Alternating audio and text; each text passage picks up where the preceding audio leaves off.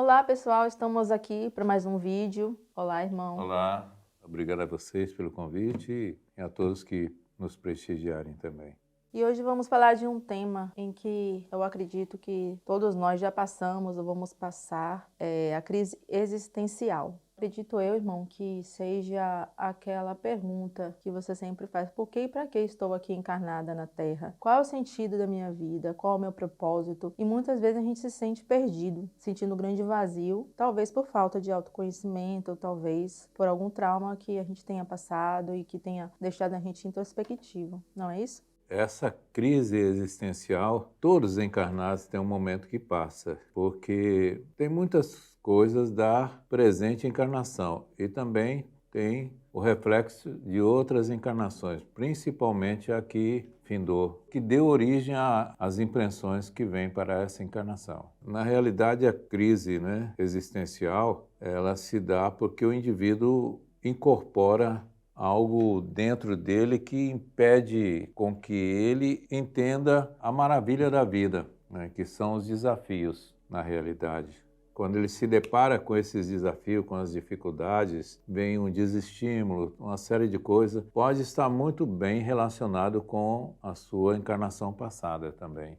Então, por exemplo, pode ser que, como você falou, né, todos passam por isso. Mas o surgimento assim dessa crise a ponto da pessoa perceber, porque eu acho que o tempo inteiro a gente vai passando por certas crises enquanto encarnados, como você falou, né, com os desafios que a gente tem aqui no dia a dia. Mas existe algum momento específico para essa crise acontecer? Por exemplo, a gente ouve muito falar dos ciclos dos 7, né, que a cada 7 anos a gente passa por um ciclo. Essa crise, ela talvez pode surgir ao findar esse ciclo dos 7 anos, como a gente já escutou muito falar aí.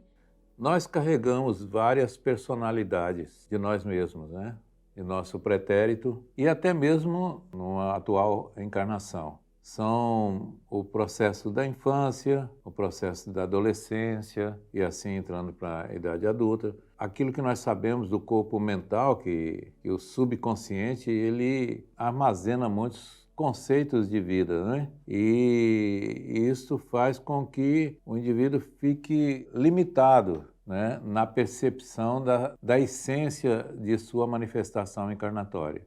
Ele vive muito em função do mundo fora, do que as pessoas falam, do que as pessoas dizem, do que o sistema. Então ele fica flutuando dentro dele, ele não tem um olhar na sua originalidade espiritual. Então, isso é que faz ele perder o contato do sentido maior da vida, é quando ele se vê como um ser carnal apenas, como um corpo e não vê como o espírito imortal que é. E como você falou, irmão, então também muitas vezes é a comparação com o outro. Eu acho que acontece muito isso. Por exemplo, eu vou ver que Daisy tá, aparentemente a gente acha, né, porque a gente não vive a vida dela, mas vamos supor que está bem, que está casada, que está realizada, que está com emprego, e a gente fica se comparando, não consegue e acaba se estagnando, achando que os outros sempre têm mais sorte, entre aspas, né? Mais oportunidade do que outros, e a gente vai se acomodando naquilo e vai introspectando cada vez mais. Isso também acontece, né? É quando nós começamos a observar muito a vida alheia, deixamos a nossa de lado.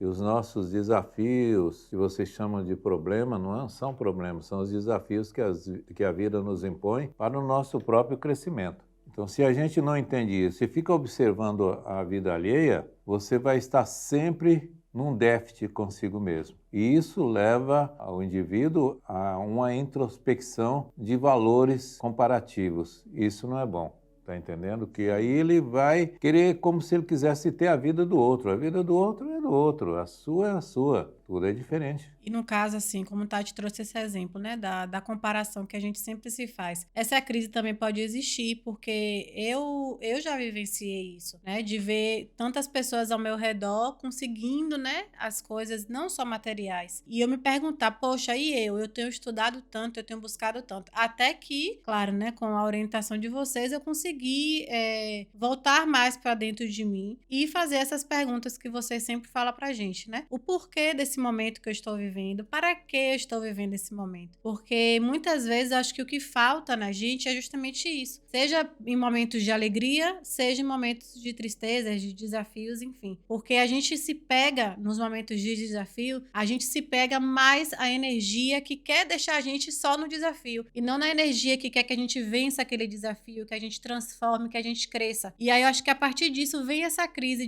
da gente meio que se sentir assim, um nada. Poxa, eu tô trabalhando, mas me sinto um nada. Talvez essa crise existencial seria isso, no momento que o ser, ele se desliga totalmente, como você falou, da sua essência em Deus. Ele se desliga dessa essência e meio que se sente um nada. Parece que a vida não faz mais sentido. É o desafio reencarnatório, não é? O desafio da manifestação física, corpórea. Nesse mundo de tantas controvérsias, é a ideia de ter.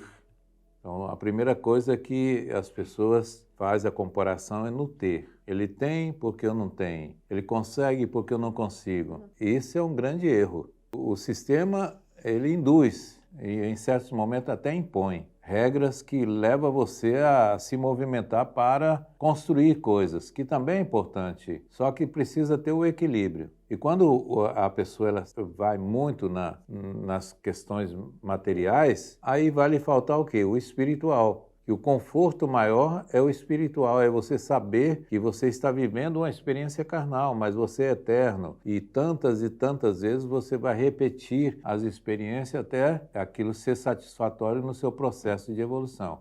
Como você mesmo fala, a gente precisa voltar para dentro para saber o que a gente quer. Porque eu estou Daisy hoje, mas eu não sou Daisy. Então, talvez aquelas coisas que eu acho que eu quero ou que eu tenho como plano, talvez não seja o que a Daisy Essência quer. E aí eu só vou saber se fizer, né, aquele caminho que você fala, do autoconhecimento, da meditação. Ainda é difícil, né? A gente ainda não consegue colocar essa prática da meditação como algo assim natural, como você fala. A gente acorda e se alimenta e toma banho e faz tudo. Por que que não pode se tornar um hábito comum também e que é algo que vai trazer tão bem pra gente? Porque eu acho que essa crise existencial, né, conforme você falou também, ela vem justamente por falta do autoconhecimento. Porque a gente começa a fazer o que as pessoas querem que a gente faça, sendo que a gente não sabe nem o que a gente realmente quer. Às vezes a gente acha que quer, sei lá, comprar um carro. Mas no fundo eu não quero comprar um carro, eu só quero, sei lá, ter uma vida tranquila em tal lugar. Mas a gente só vai ter essa consciência se a gente voltar para dentro da nossa essência. E isso é complicado, então ainda é difícil pra gente. Eu sei que vai dar vontade de cada um se esforçar, mas de que forma que a gente pode tornar isso mais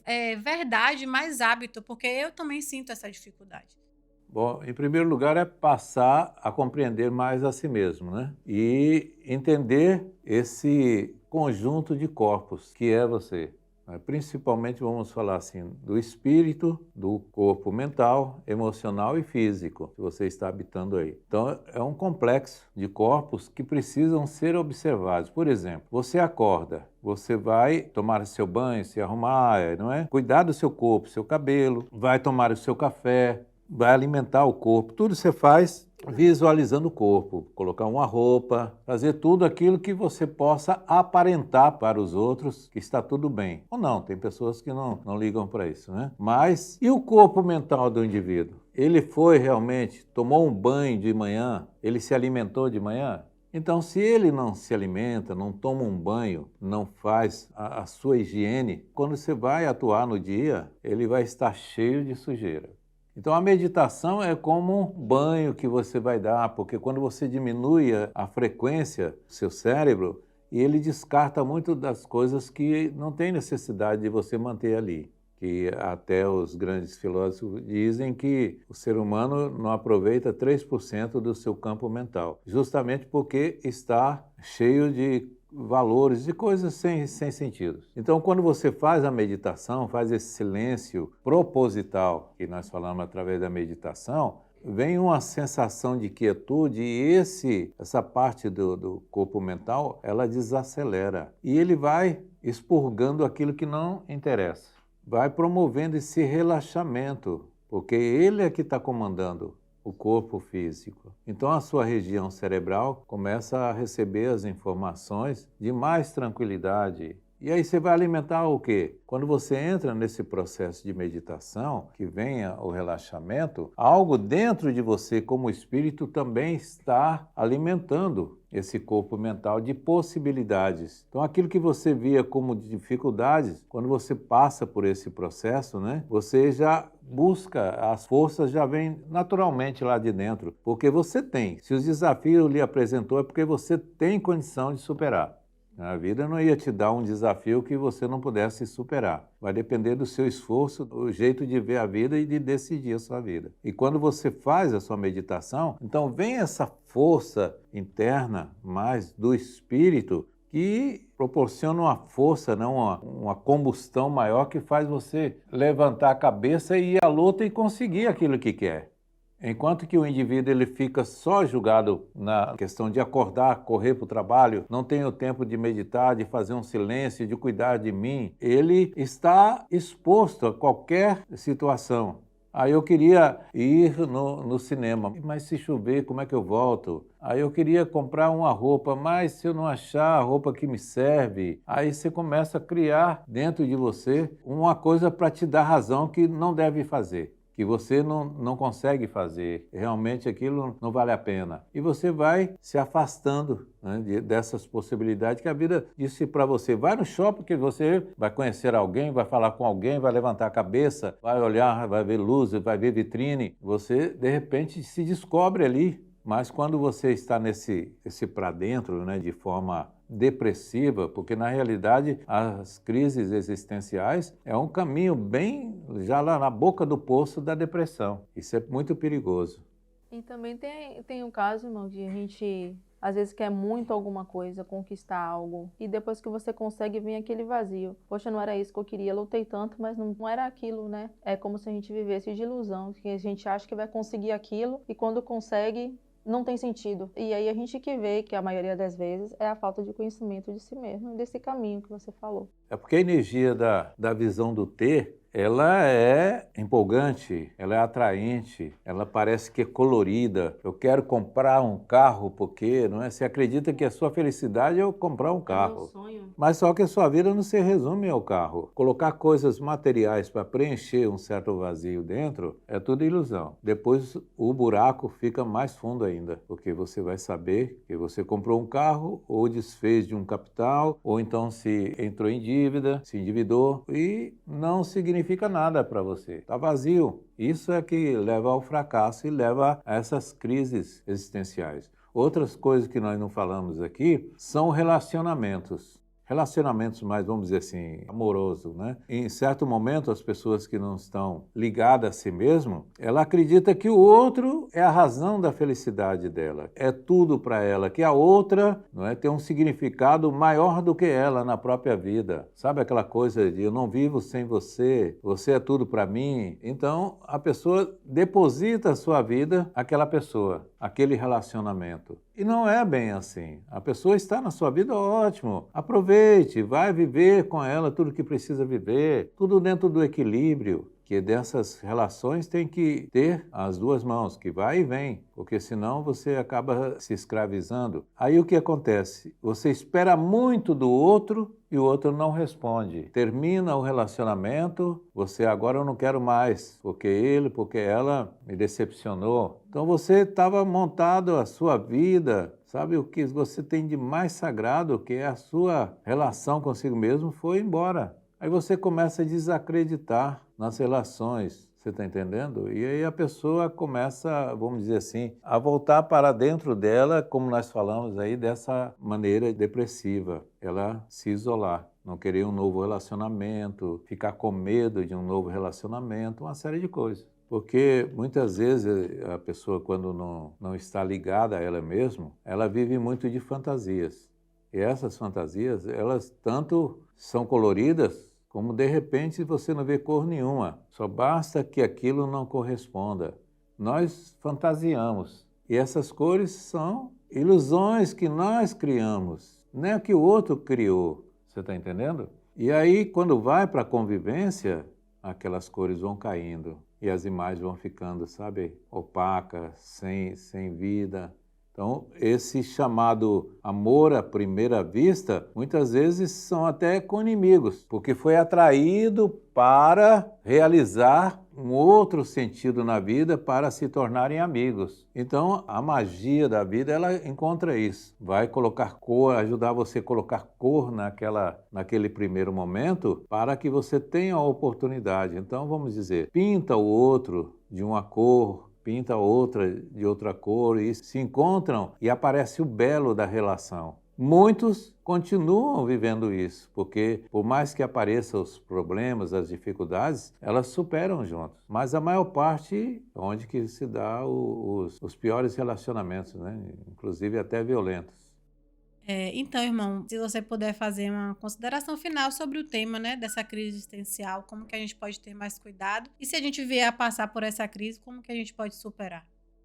Eu faço voz que ninguém passe por essa crise, mas dificilmente a pessoa vai conseguir viver toda uma encarnação sem ter esses momentos de angústia, de solidão, de sensação de fracasso, de medo do amanhã, uma série de coisas que leva às crises existenciais. Então, eu digo o seguinte, o melhor momento para se viver é o agora.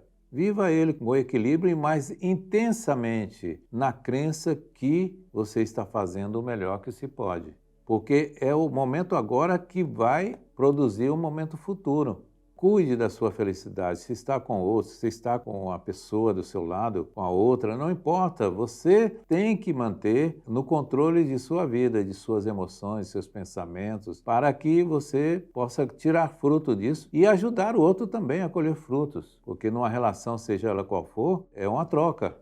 Importante ver isso, não ter medo de que amanhã eu vou estar numa crise existencial, então eu já quero evitar certos caminhos que vai... Não, viva hoje, viva o melhor que se pode, tá bem? Obrigado, paz.